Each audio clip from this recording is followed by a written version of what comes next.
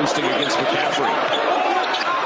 Double comes out to Jones. Open three. That's it. Here come the Wolverines. Terrific read by the young fella, Dante down low.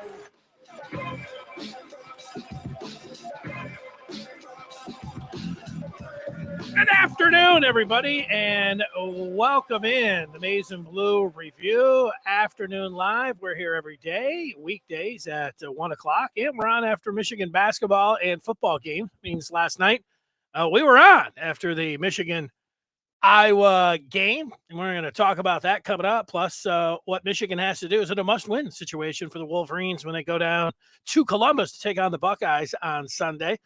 We'll discuss that. We'll run through some things. If you're out there and watching this live, hit that feedback, get those comments in as they come in.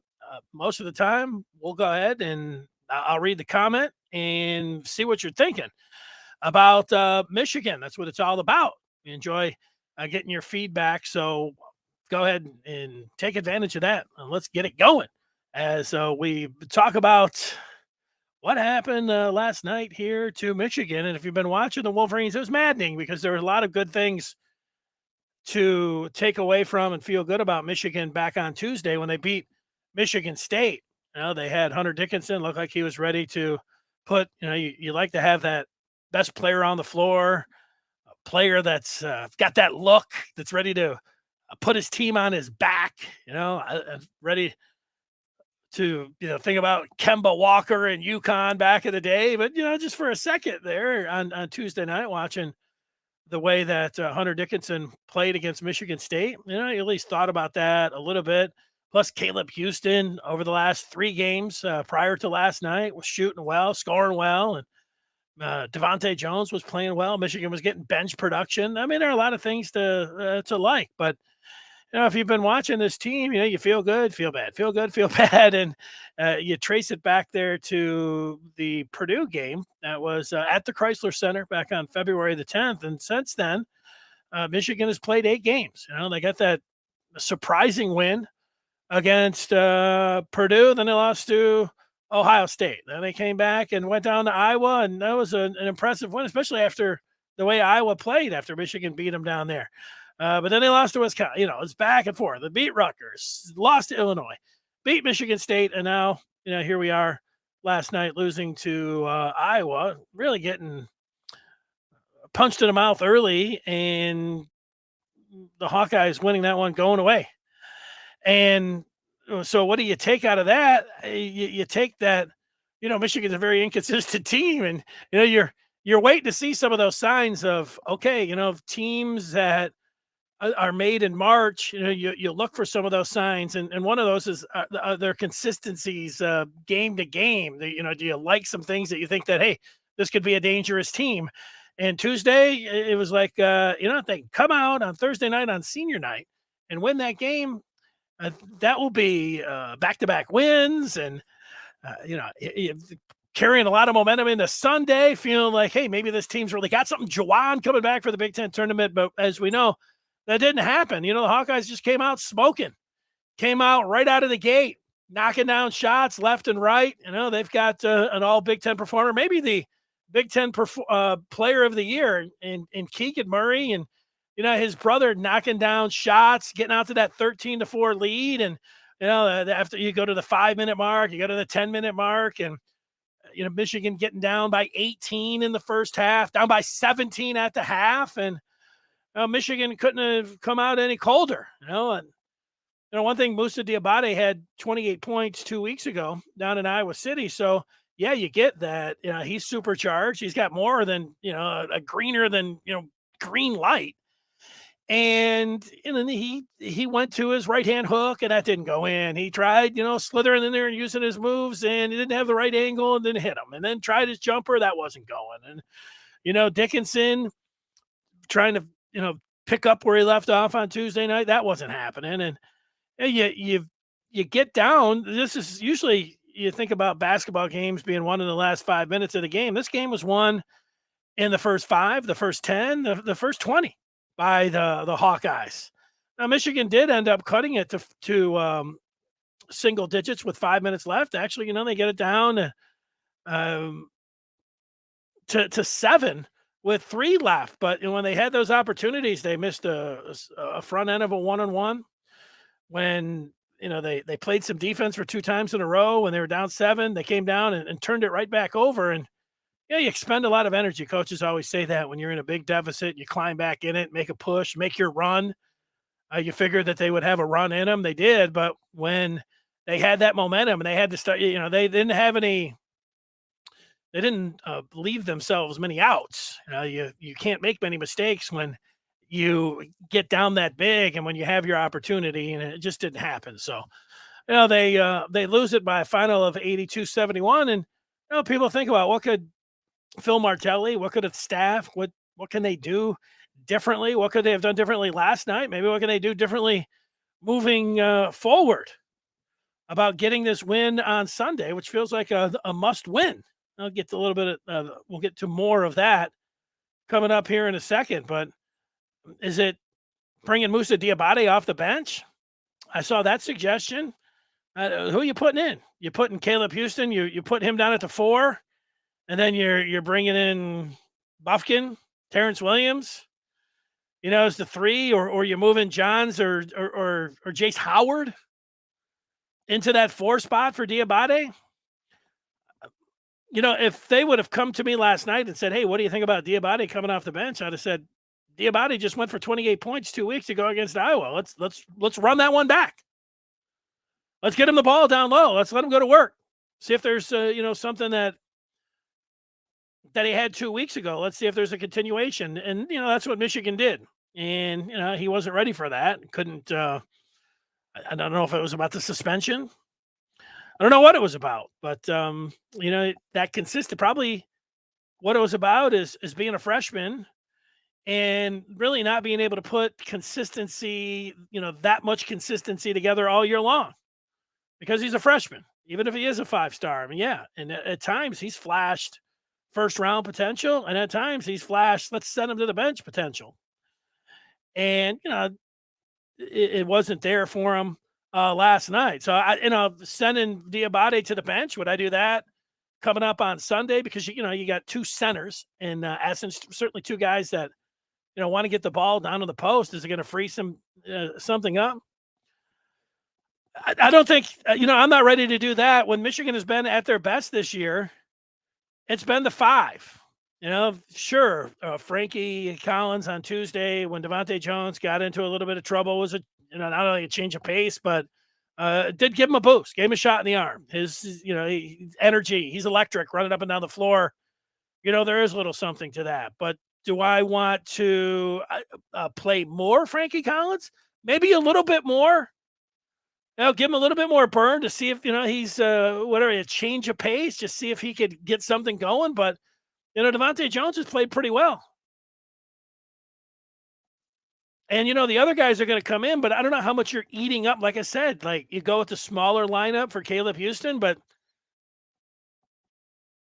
all of these guys at some different times have shown, like, Buffkin, Terrence Williams, obviously on Tuesday, he hit 3 shots. Johns. I don't know, not Johns. Jace, are you going to go way down the bench and play that card on Sunday? No, at this point, you're going to go and dance with who you brought and go with your best lineup. And that's what I think they should do coming up on Sunday against Ohio State. And you say, well, is this going to be a must win for Michigan on Sunday? I think I don't know if it's easy, like there's a lot of people, you can look at the numbers and everything. I think most people agree here. Michigan needs to find themselves. They just have the 1 game left in the regular season, Sunday against Ohio State. And then they've got the Big Ten tournament, which will likely match up against Indiana. Michigan needs to win 2 games. So if they lose on Sunday, I can say, it's a must win. They lose on Sunday, I would say the must win then becomes Thursday. Whoever they play in the Big Ten tournament, they will. If they lose on Sunday and then lose on Thursday, I don't think this team's getting into the tournament. And as much as we like to look at quad ones and nets and strength of schedule and RPI and brand and cachet and popularity, all those things, I don't know. They got a shot, but it's not going to be a big surprise if they lose Sunday and then lose Thursday that Michigan's not going to be in the tournament. Now, I feel like if they win on Sunday and go out there and win that first game on Thursday, I would say you can feel pretty good about that. But I know this is what's been going on. It seems like for 2 months now. Well, they got to do this, they got to do that, they got to do this, and that's where they're at. They've put themselves. They're a big time inconsistent team. Win one, lose one, and they have been right there on the edge the whole time, and that's where they will stay. If the trend continues, they'll get that win on Sunday. But don't go out there and then lose Thursday that first game. So while they still have it, it's all about, like, I don't know, you're a poker player. You feel like if they win 2 games, I feel like they gotta, if they win on Sunday and they win on Thursday, I feel like they got a 99% chance of getting in. If they win on Sunday and then would lose on Thursday, I feel like that could go down somewhere in the 50s, maybe 50-50, and you're getting down to a coin toss if they just go 1-1 over these next 2 games. So, that's how it feels to me.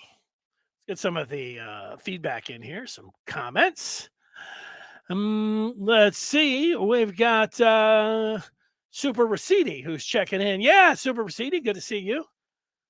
Coming in as JC. That's good. Yeah. Thing here, and a lot of people say, who do you think is going to go farther, Michigan or Michigan State? Like, you got to pick one of those. Like, I'm not sure Michigan's going to get into the tournament, but I know there are some questions when you think about the brackets and why people are in. This is just Jerry Palm from this morning. If you are watching, you'll look over to the right side of the screen. You'll see Palm has his last 4 teams in: Wake Forest, VCU, Florida, and Memphis. He has his first 4 out, and that includes Michigan. North Carolina in front of Michigan, and then Rutgers and Indiana behind them, 2 Big Ten teams behind that Michigan. And then North Carolina in front of them. You'll remember earlier in the year that North Carolina popped Michigan. If it came down to, Michigan and North Carolina being the last 2 teams, at least in this Palm scenario here, can Michigan then lean on its brand? Usually it can. It certainly could against Rutgers, but could it lean on its brand against North Carolina? I think we all know the answer there. But can they lean on their net? And the net ranking. And yes, I think this is the thing you can lean on. And that's where you see that 32 there. Michigan with a 32. That's better than any of the teams that are being considered is the first 4 out with Palm. The last 4 in, that's better than any of the teams that are sitting there that are the last 4 in. Michigan's got a better net. So, yeah, net rankings, while they say, boy, you really use that, the selection committee. Michigan's got, if you look in the middle of Palm's bracket here, he's got Michigan State in the South in the tournament, but Michigan's got a better net ranking than Michigan State. Michigan State's got a couple more wins, but when you start looking at those quad 1 wins and losses, it's very similar, if not exactly the same, of Michigan State. So that it can be, you say, confusing to people that just want, the exact, like, hey, we've got a better net, we've got more quads, or we've got the same, a couple more wins, and we're really talking about, a win over, Sandusky State here. And, is that really putting, when you look at the SOSs and RPIs, would that really put Michigan State in over Michigan? That's where it comes in. They don't want the selection committee. They want some intrigue. They want, and just like no 2 bracketologists, like I could put, Lenardi up here, or I could put anybody, Ken Palm, I can put anybody else's bracketology up there. None of them are the same, but they're close. And so when it's coming down to it, I'm looking at it like, Michigan wins, goes, well, let's just say they beat Ohio State, then lose on Thursday. Sure, I would like to see Michigan get in, but it's not like you can put a big fuss. If you're a Michigan fan, it's like, They had a million chances to get in here. And when you put yourself on the bubble, and when everybody starts watching college basketball, and you get in there on a Thursday, and one win gets you in, you go out, maybe you don't show up in Indianapolis. I mean, why are you really going to argue? Well, because our net ranking, yeah, and they know college basketball. The selection committee knows this. College basketball as a whole knows this. This type of arguing, this type of debate is it's good. Controversy, I don't know if controversy is good, but having people sit around talking about resumes and what you have done in the last 6, that used to be something that the selection committee would look at. Media members that have sat in mock selection committee rooms and can tell you, all the different data that they're combing over. And, you can listen to the chairman of the selection committee come in and say, yeah, this is what we really valued. We like this over that. And it's not arbitrary. But really, when these guys sit in there and, they've got nice catering and buffet, everything that they're coming in and looking at, there's no hard and fast. Even though they say it's the net and the quads, yeah, certainly those weigh heavily, but these guys can get in there and say, hey, what do we think is going to be the most attractive for America, and what really means attractive, what's going to get the best ratings. And, that's why, Michigan's got that going for them. But if it comes down to North Carolina in Michigan, then Michigan doesn't have that. If it would come down to Indiana and Michigan, as of late, you would say Michigan would have that. But overall, they don't on a team like Indiana. But there you go. They went on Rutgers, clearly.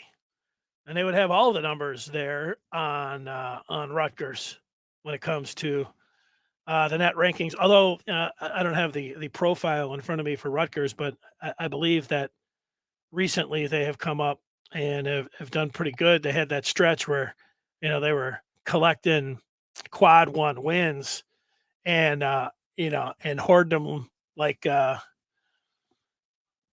don't know, like I might hoard, chicken nuggets, something like that. So the long and short of it here is that Michigan needs 2 wins, and they've got 1 left in the regular season. And then coming up on Thursday, it'll be the Big Ten tournament. Let's get to some other news here.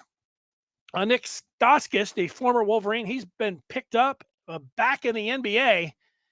You may have seen this, but he's got a 2-year deal. He has been playing for the Grand Rapids team, the Grand Rapids Gold. They've changed their name, I think, recently. They came up with a bill with a week 57 and 43. There's one thing about Stauskas, and he was awesome when he was at Michigan, and nobody will forget that Final Four performance that he had against Florida. He's got the size, and he can really shoot. You would think that there would always be a spot for Nik Stauskas in today's NBA. You really need somebody that can shoot. And right now he's got that touch, and the Celtics will take him on for the rest of the year. And I think it is a club option, though, for Boston. I don't have all those details, but I did see one of the Boston members of the media on Twitter saying it was a club option for next year. But good for Stauskas to be back in the league. Well, besides the game and Michigan getting down big early and then big at the halftime and then, fighting back a little bit, but it's being outlasted there by Iowa last night. There were a couple visitors in last night to the game. The people that are Michigan football fans will be familiar with. Samaj Morgan from West Bloomfield, a wide receiver who committed to this next year's class. That's the 2023 class. He's one of Michigan got 5 commitments. Well, let's see. Yeah, they got 5. Because it's Morgan, Cabana, Rapelier, Samaha, the kicker from Ann Arbor, Huron, and they got a linebacker, Raylan Wilson, out of Florida. That's 5. Samaj Morgan is 1. Samaj was at the game with this guy right here. That is Dante Moore out of Detroit, the quarterback. If you see the circle here, you'll notice you'll see a few of these pictures there. The media from their spot in the press box up there in the corner, they were zooming in and get a picture of Dante Moore to see how he was enjoying the game. There he is. And there is the picture of Moore at last night's game. And I did see a Florida site indicating that coming up this month, that Moore's planning on taking a trip down to Florida. I'd say that's a smart move by Dante Moore. Go down to Florida in March. You get that nice Florida weather. Like, it's going to be nice this weekend here, 50s and 60s, but really windy, and that's good. For us. I was out today; it was kind of chilly, but you middle of March, go on down to Florida, have yourself a great time, Dante. He was at the Michigan game. That's not bad news. That's not bad news. Anytime you see Dante Moore, or you see a recruit at a Michigan basketball game. All right, that's going to do it. A reminder, on Sunday, that is a noon start, Michigan, Ohio State. That means we'll be on TMBR TV after the game at around 2:15, give or take a couple minutes. Game gets over, depends if there's a big time event or something going on that I need to record and get it in here to show it back. Sometimes it could take, up to, maybe 5-10 minutes to come on. Other times I'm ready to roll right after the game and talk about what happens and where Michigan's going to sit as it relates to the NCAA tournament, as the regular season will be over next time we fire up the machine here. That'll be around 2:15 on Sunday. Everybody have a great weekend. Thanks for watching. Thanks for contributing. Thanks for being a part of the Maize and Blue review here and the afternoon live. And until Sunday, have a great rest of your Friday and tomorrow, and we'll talk.